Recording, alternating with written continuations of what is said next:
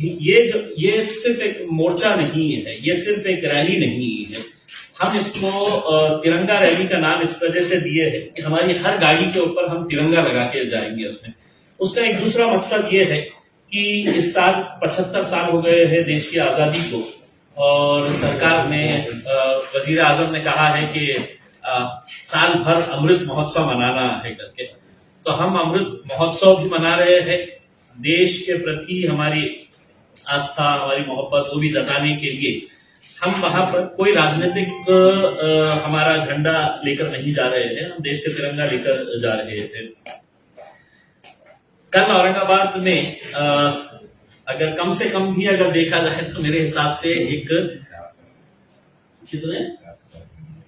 नहीं वो ठीक है पुलिस का, लेकिन हमारे पास एक अंदाजे के हिसाब से हमारे पास 250 गाड़ियां सिर्फ औरंगाबाद से निकलेगी, 250 गाड़ियां औरंगाबाद से निकलेगी। हर गाड़ी के ऊपर जो है वो एक तिरंगा रहेगा, और हम मुंबई की तरफ जाएंगे। औरंगाबाद, अहमदनगर, पूना से होते हुए हम एक्सप्रेस वे लेके हम मुंबई की तरफ जाएंगे। अब आपने ये देखा होगा कि हमने अभी तक है तो हमारा वेन्यू फाइनल नहीं बताया। बहुत सारे लोग हमसे पूछ रहे हैं कि मुंबई में वेन्यू क्या है करके। हमारा वेन्यू फाइनल हो चुका है, हमारा परमिशन जो है वो हमको मिल चुकी है, लेकिन हम उसकी घोषणा इस वजह से नहीं कर रहे हैं कि पिछले 15 दिनों के अंदर हमने जो वेन्यू फाइनल किए हैं, हमने पैसा भर डाले। पैसा भरने के बाद फिर वहां पे कई एनसीपी का नेता पहुंच गया कि कांग्रेस के मंत्रियों के फोन चले गए कि मतलब ये एमआईएम को ये हॉल देना नहीं, ये ग्राउंड देना नहीं करके, और ऐसा कैंसिल किया गया है। हमने इससे पहले जो है वो बीकेसी मांगा था। पांद्रा कुर्ला कॉम्प्लेक्स जो है वो मुंबई का सबसे बड़ा ग्राउंड है। हम चाहते तो आजाद मैदान ले सकते थे, आजाद मैदान भी बहुत बड़ा ग्राउंड है, लेकिन हमारे लिए छोटा बड़ा होता, तो इस वजह से हमने बीकेसी मांगा। तो पहले बीकेसी ने हमारे से पैसा ले लिया। बीकेसी ने कहा कि आप जाके पुलिस में परमिशन के लिए कर दीजिएगा। हम पुलिस के अंदर गए तो पुलिस ने कहा कि नहीं कोरोना है करके उन्होंने वापस कर दिया। दूसरी मर्तबा हमको ये बताया गया है कि जब हमने दूसरी मर्तबा उसके लिए अप्लाई किया तो उनके ऊपर बहुत दबाव आया, और बीकेसी ने हमको ये स्पष्ट उसके अंदर बताया है कि साहब हमको हमारे ऊपर ये है, हम दे नहीं सकते हैं करके। उन्होंने रिटर्न के अंदर हमको दे दिया कि हम परमिशन नहीं दे रहे हैं करके। तो ठीक है, बीकेसी हमने छोड़ दिया है। अब हम कल यहाँ से जाएंगे, और जो मुद्दे हमने लेकर गए हैं, देखिए एक तो मुद्दा ये है कि मुसलमानों का रिजर्वेशन के ताल्लुक से 5% रिजर्वेशन हाईकोर्ट ने जब हमको दे दिया है, तो ये सरकार जो पिछली जो सरकार थी शिवसेना और बीजेपी की, उनसे ये इतना ताकत के साथ इतना जोर देके लड़ते थे कि मुसलमानों को रिजर्वेशन दो, तो मुसलमानों की तरक्की नहीं चाहते हैं, मुसलमानों के साथ नाइंसाफी कर रहे हैं। अब वही लोग सत्ता में आके बैठे, उनमें से कितने ऐसे हैं जो उस वक्त इतना चीख के लड़ते थे, आज वो मंत्री बने बैठे हुए हैं, सरकार के अंदर है, लेकिन झूठे मुंह ही सही, लेकिन वो एक मर्तबा भी जिक्र नहीं करते हैं। आपने खुद ने देखा होगा लोकसभा के अंदर भी यही वो पार्टियां हैं जो मुसलमानों के वोट तो मांगती है, लेकिन सुप्रिया सुले वहां पे खड़े रहती है तो पहले मर्तबा खड़े रहती है कि मराठा को रिजर्वेशन देना है। फिर जब ओबीसी का मामला आता है कि ओबीसी रिजेक्ट हो जाता है, ओबीसी का रिजर्वेशन, तो वो दूसरी मर्तबा पार्लियामेंट के अंदर भाग के आते हैं और ओबीसी को रिजर्वेशन मिलना बोल के ये वहां पे पार्लियामेंट के अंदर खड़े रह के तो ये करते हैं। इसी तरह से जितने भी उनके बाकी दूसरे कांग्रेस के एमपीज हो या दूसरे राष्ट्रवादी के हो, तो ये सब है जो है ये अपनी राजनीतिक स्वार्थ के लिए जो उनको फायदेमंद है उनके लिए वो खड़े रहते हैं। तो हम क्या सिर्फ एक खिलौना हो गए आपके लिए कि आप इलेक्शन में आएंगे और मुसलमानों से वोट से मांग के चले जाएंगे करके? हमको मिलो ना मिलो, लेकिन कम से कम झूठे मुंह ही सही तुम उस मुकाम के ऊपर जो पहुंचे हैं उसमें मुसलमानों का बहुत बड़ा हाथ है करके, या तो इसको कबूल हो या बोल दो कि भाई हमको नहीं देना है करके। इसमें दूसरा ये है कि वक्फ बोर्ड की जो जमीनें हैं, आपको ये मालूम होगा कि हमने आज से तकरीबन 3 महीने पहले हम शरद पवार साहब से जाके मिले थे, जितने भी वक्फ बोर्ड के मेंबर्स हैं, उसके अंदर कांग्रेस के एक आमदार है, राष्ट्रवादी के एक खासदार है हमारे फौजिया मैडम, हम सब ने जाके मिले थे उनसे और उनको ये बताए थे कि साहब ये जमीनें जो है ये हमारे लोगों की है, और इसको अगर इस तरह से लूट खसूट स्कीम चालू है और सरकार तमाशाई बनकर देख रही है, तो तो कहीं ना कहीं इसके ऊपर रोक लगाने की जरूरत है। हमने उनसे कहा था कि एक मीटिंग है तो आप मुख्यमंत्री साहब के साथ लगाइए। हमारा ये अनुमान है कि कम से कम अगर गिरी पड़ी हालत के अंदर भी अगर देखा जाए तो 1000 करोड़ रुपया जो वक्फ बोर्ड का है, वो पैसा महाराष्ट्र के पूरे अलग अलग कलेक्टर ऑफिस के पास है तो जमा है। वो कौन सा पैसा है जो लैंड एक्विजिशन के अंदर गया है, कोई इंडस्ट्रियल एरिया के लिए गया है, कोई रोड की एक्विजिशन के लिए गया है, तो ये पैसा वहां पर पड़ा हुआ है। वो पैसा तो हमारे हक का है, वो पैसा तो हमको मिलना चाहिए करके, तो वो भी नहीं मिल रहा है। तो पवार साहब ने फौरन अपने पीए को बुलाया और कहा कि एक पत्र लिखो और एक मीटिंग जल्दी से लगवाने लगा। आज 3 महीने हो गए, आज एक ना उनके तरफ से कोई रिप्लाई आ रहा है, ना कोई मीटिंग की बात हो रही है, ना कोई हमारी जो मांग की है उसके ऊपर आवाज ये हो रही है। तो अब हमने तय किया है कि जिसको जो भाषा समझ में आएंगी उस भाषा के अंदर जाएंगे करके।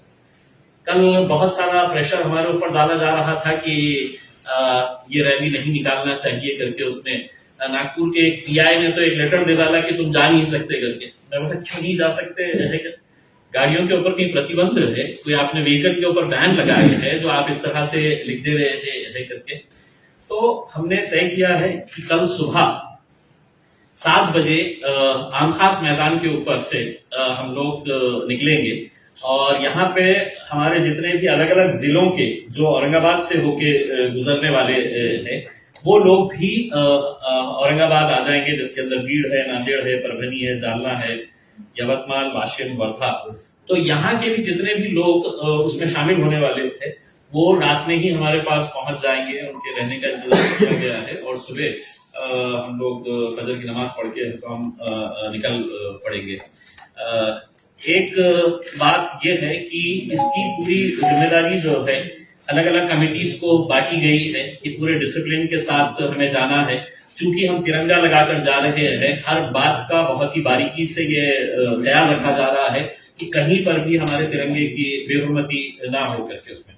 अब सिर्फ एक बात ये है कि हमारा वेन्यू जो है, ये मैं महाराष्ट्र के तमाम आवाम को ये बताना चाहता हूं कि मैं अगर अभी डिक्लेयर कर दिया है कि कल मुंबई में जहां पे हम आने वाले हैं तो शायद मेरे हिसाब से 2-3 मंत्रियां वहां पे पहुंच जाएंगे और वो कैंसिल करवाने लगा देंगे। तो इस वजह से हम वो वेन्यू का डिक्लेरेशन जो है वो या तो रात में करेंगे या सुबह करेंगे। हमारा कार्यक्रम जो है वो कल शाम में रहेगा और उसके लिए बैरिस्टर असदुद्दीन अवैसी साहब भी आने वाले हैं। मैं पुलिस डिपार्टमेंट को सिर्फ इतना ये अनुरोध करूंगा कि इसके अंदर किसी भी तरह का कोई आप रुकावट लाने की कोशिश ना करें। नियम सबके लिए बराबर है, हमारे लिए भी वही नियम लागू हुए और इसको अगर अच्छे तरीके से अगर आपने हमारे को कोऑपरेट किया तो बहुत अच्छे तरीके से हम आएंगे, हमारा जो मैसेज है वो कन्वे करेंगे। और लोकतंत्र के अंदर हमको ये अधिकार दिया है, लेकिन अगर जोर जबरदस्ती और किसी के दबाव के अंदर अगर आप ये करेंगे तो आप ये समझ लीजिएगा कि अब हमने तय किया है कि हमको जाना है तो जाना है उसमें, तो हम जाने वाले हैं। इसके लिए हमारी पूरी तैयारी हो चुकी है और हम चाहेंगे कि मीडिया भी कम से कम विशेषकर फोटोग्राफर्स अगर हमारे पास, मैं आपको इतना यकीन दिलाता हूँ, मैं आपको दावे के साथ बोलता हूँ कि इस मुल्क की तारीख के अंदर, हिंदुस्तान के अंदर कभी इतना खूबसूरत मंजर आपको देखने को नहीं मिलेगा कि जहां पर सौों से गाड़ियां जो है, हर गाड़ी के ऊपर तिरंगा रहेगा और वो तिरंगे का जो मंजर रहेगा वो मेरे हिसाब से अपने कैमरों में कैद करने जैसा एक ये रहेगा। तो मैं आप तमाम लोगों से भी अपील करूंगा कि आप लोग भी इसके अंदर हमारे साथ चलें और देखें कि हम लोग किन जायज मुद्दों की वजह से यहाँ पर निकलने के ऊपर मजबूर हो गए हैं। दुर्दैव ऐसी बात का है कि देखिए, जब तक आप लड़ेंगे नहीं, जब तक आप अपनी मौजूदगी का एहसास नहीं दिलाएंगे, तब तक आपको कुछ मिलने वाला नहीं है। हम तो ये चाहेंगे कि जो ओबीसी समाज का जो रिजर्वेशन कैंसिल हुआ है, अगर वो भी हमारे साथ जुड़ना चाहे तो वो भी आ सकते हैं। हम कल जाते वक्त जो कोईगांव के ऊपर वो काका साहिब शिंदे जिसने आत्महत्या की थी, एक तरह से उसने अपने रिजर्वेशन के लिए, अपने समाज के रिजर्वेशन के लिए उस नौजवान लड़के ने अपनी जान की आहुति दी थी। वो अपने खुद के लिए नहीं मरा है, उसने अपने समाज के लिए तो अपनी जान दी थी। तो हम जाते जाते उसको भी अपनी श्रद्धांजलि अर्पित करते हुए जाएंगे और हमारा मकसद यही है कि जो समाज जिसको भी मिला है, मुसलमानों के साथ हम समझ रहे हैं कि सबसे ज्यादा धोखा किया जा रहा है इस वक्त, क्योंकि हमारे कानूनी हमारी लड़ाई कहीं पर भी नहीं है। आज अगर मराठास को नहीं मिल रहा है तो ये अदालत का मामला है, ओबीसी का कैंसिल हुआ है तो ये अदालत का मामला है, लेकिन मुसलमानों को तो पूरा है, तो 100% है, तो कोर्ट ने ही कहा है कि इनको एम्पिरिकल डाटा इनका ऐसा है कि जिसकी वजह से इनको मिलना चाहिए करके। लेकिन सरकार में बैठे हुए लोग, अब हमारे से ये सवाल किया जाएगा कि इसी वक्त क्यों, तो हाँ, हम यही वक्त इस वजह से चुने हैं क्योंकि अब यही नेता दोबारा हमारे चौखटों के ऊपर आने वाले हैं, दोबारा अपनी सभाएं सजाने वाले हैं, दोबारा लोगों को, हमारे लोगों को सपने दिखाने वाले हैं। तो हम उनसे 2 सवाल तो करेंगे ना कि हमारी जमीनों का क्या हुआ है करके, हमारे रिजर्वेशन का क्या हुआ है करके। तो हमने सही वक्त तो चुना है, जाएंगे, लड़ेंगे और इसकी लड़ाई की शुरुआत है, समझ लीजिएगा। और एक चीज साफ तरीके से, अगर इसके अंदर कोई रुकावट आएगी, हम हमारा आंदोलन बहुत तेज करेंगे, बहुत तीव्र आंदोलन करेंगे। फिर उसके लिए अगर मराठा समाज का कोई लड़का अगर मर सकता है तो मुसलमान भी सड़क के ऊपर आकर अपनी लड़ाई को किस तरह से आगे बढ़ाएगा करके हमारी पूरी तैयारी उसके लिए। कितने लाख लोग मैं